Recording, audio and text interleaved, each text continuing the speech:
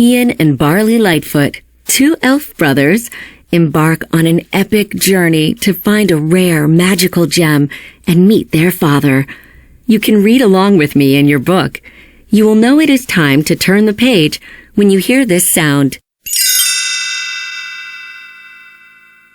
Let's begin now.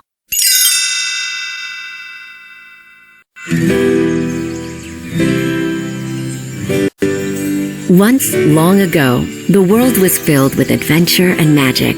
From mighty quests to everyday life, wizards used magic for the good of all. But learning to cast spells was challenging. Modern technology offered an easier option. So, as time went on, magic faded away.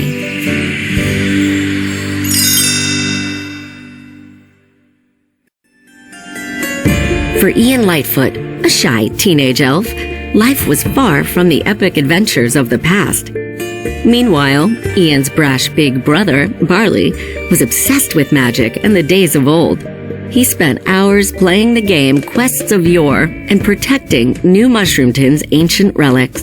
In the days of old, a boy of 16 would have his strength tested in the swamps of despair. I'm not testing anything! Just let me go! On his 16th birthday, Ian found himself thinking about his dad. Sadly, he'd never met his late father. He wished he could be more like him, bold and confident. As Ian mended his dad's old sweatshirt, his mom, Laurel Lightfoot, shared something that she knew would cheer him up. It's a gift from your dad.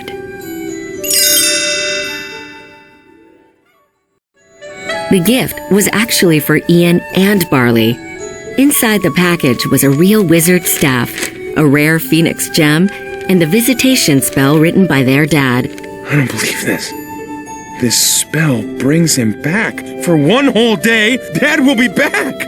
Barley placed the gem in the staff and recited the spell. Only once is all we get. Grant me this rebirth, till tomorrow's sun has set, one day to walk the earth! Suddenly, nothing. Barley tried again and again, but it was no use.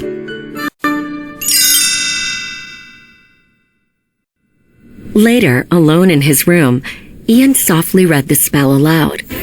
The phoenix gem glowed, and the staff began to shake. Ian grabbed it, and a beam of light shot out. Barley walked in just as a pair of shoes appeared in the light. Then, socks. Barley tried to help Ian. Barley, no! Then, the gem exploded. Ah! When the smoke cleared, Ian and Barley saw a pair of legs. It was their dad, but only his bottom half. Barley explained that they had only 24 hours to find another phoenix gem and conjure the rest of Dad, or they would lose their chance with him forever. We'll start at the place where all quests begin, the Manticore's Tavern. The trio piled into Barley's old van, Guinevere. Ian was already making a list of all the things he would do when he finally met his father. Meanwhile, Barley handed Ian his Quests of Yore player's guide so he could practice new spells on the drive to the tavern. Whatever it takes, I am gonna meet my dad.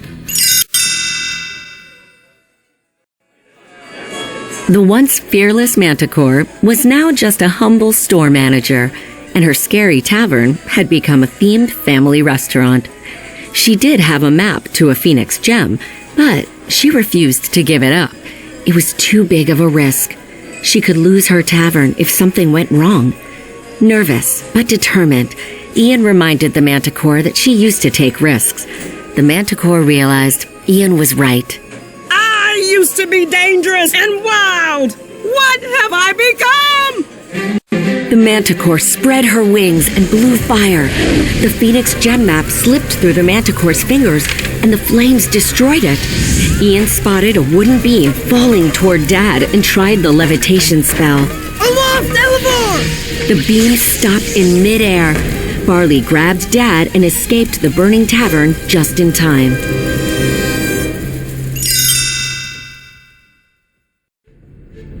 Luckily, the tavern's kids' menu had clues to the location of the Phoenix gem printed on it.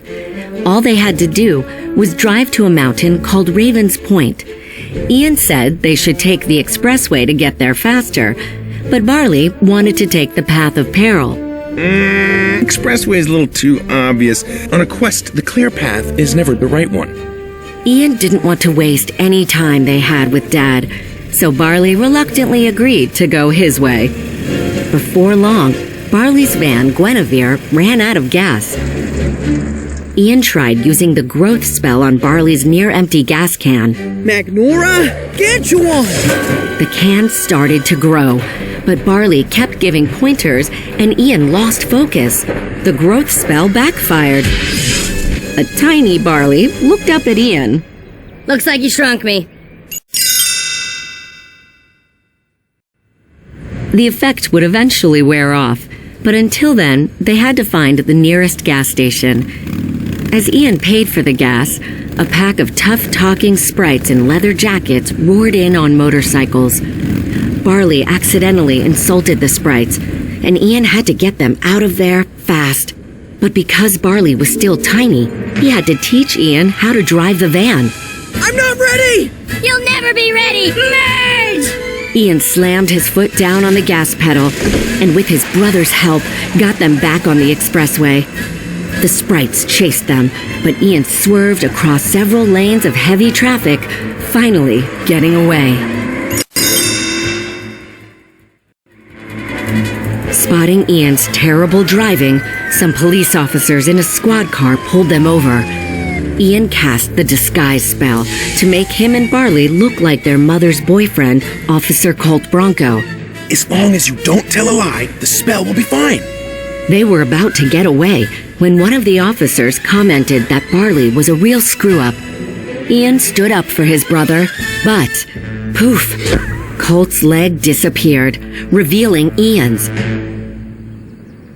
The boys escaped before the disguise dissolved fully, but Barley was clearly upset. Barley, I don't know what happened back there, but I don't think you're a screw-up. But Barley knew magic didn't lie. The brothers argued until they noticed Dad dancing to the vibration of the music playing in the van. Dad shuffled and shimmied his way over and got his boys to dance along, too. Even though their fight was over, Barley was still hurt. It's not fair for you to call me a screw-up if you don't give me a chance to get something right. Just do one thing my way. Ian finally understood and agreed to take Barley's path of peril. In the meantime, their mom teamed up with the Manticore to help Ian and Barley. The Manticore had forgotten to tell the boys that the Phoenix gem was cursed. Only her sword, the Curse Crusher, could protect them. If we don't leave here with the sword, your boys are doomed. After driving all night along the path of peril, Ian and Barley stopped at the edge of a wide chasm with a drawbridge on the other side. The only way across was for Ian to conjure an invisible trust bridge. With Barley's encouragement, Ian learned to trust his own ability and made it safely to the other side. While the boys celebrated, Barley spotted a statue of a raven. It was pointing toward more raven statues in the distance. Raven's Point wasn't a mountain. They needed to follow where the ravens were pointing. Barley's path of peril had been the right path all along. Suddenly, the real Officer Colt Bronco pulled up. You guys are in trouble big time. Now you get in the vehicle, I'm escorting you home. Ian got behind the wheel of the van, but instead of following Colt, Ian slammed on the gas. He sped through the mountains with Colt right behind, joined by more cop cars. Ian turned down a narrow road and came to a dead end. Then Barley made a difficult decision. He pointed his beloved Guinevere at a pile of boulders, put a rock on her gas pedal, and jumped out of the way. The van soared through the air and slammed into the rocks, then flipped over and was covered in boulders. The road was completely blocked. She was just a beat-up old man. Come on, we gotta go. The ravens led Ian, Barley, and Dad to a river that flowed into a cave. Ian turned one of Barley's cheese puff snacks into a raft. Then he cast the velocity spell, and they sped across the water. Excelsior! The river led the boys and their dad through the final gauntlet. A series of booby traps, including a tall silo that was filling with water. At the last moment, they worked together to open an escape hatch.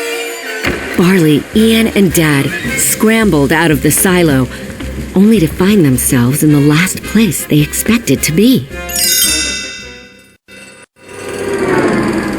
They were back in New Mushroomton. Ian's heart sank. They'd followed Barley's path of peril and ended up right back where they started. Their chance with Dad would soon be over. Ian lashed out at his brother. I can't believe this!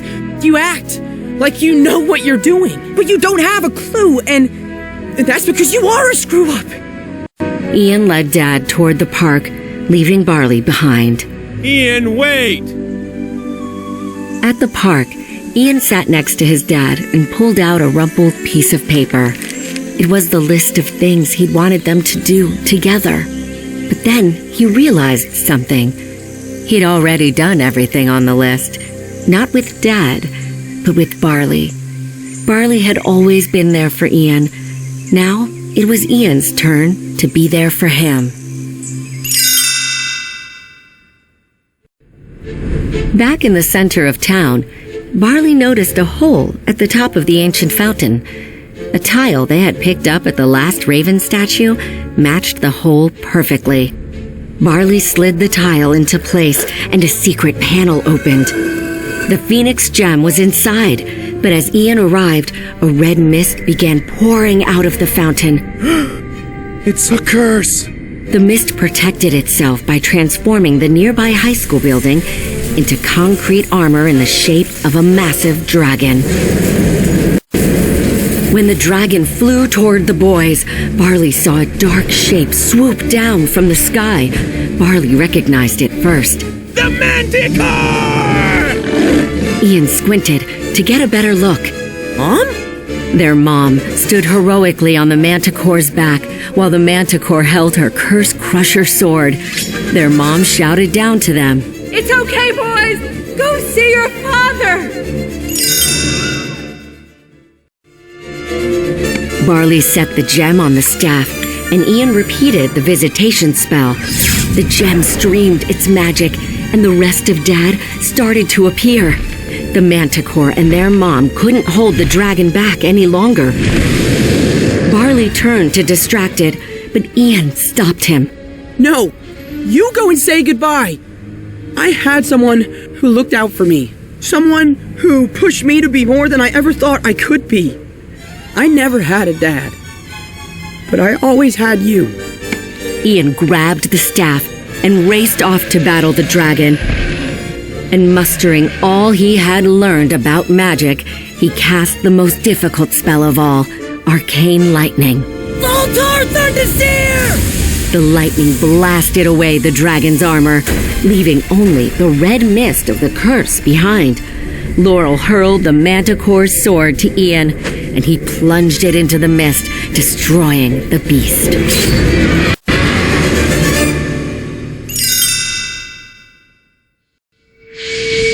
Then a bright light flashed. Ian crawled through the rubble to see what was happening. Finding a small opening in the debris, he peeked through. At the top of the hill stood Dad, laughing and talking with Barley. As the sun set over the horizon, Dad pulled Barley into his arms before slowly fading away. Barley climbed down the hill to help Ian from the rubble. He told his brother how proud their dad was of the person Ian had become. Ian was touched. Well, I owe an awful lot of that to you. Barley smiled. He kinda said that too. Oh, and he told me to give you this. Barley wrapped his arms around Ian, pulling him into a big hug.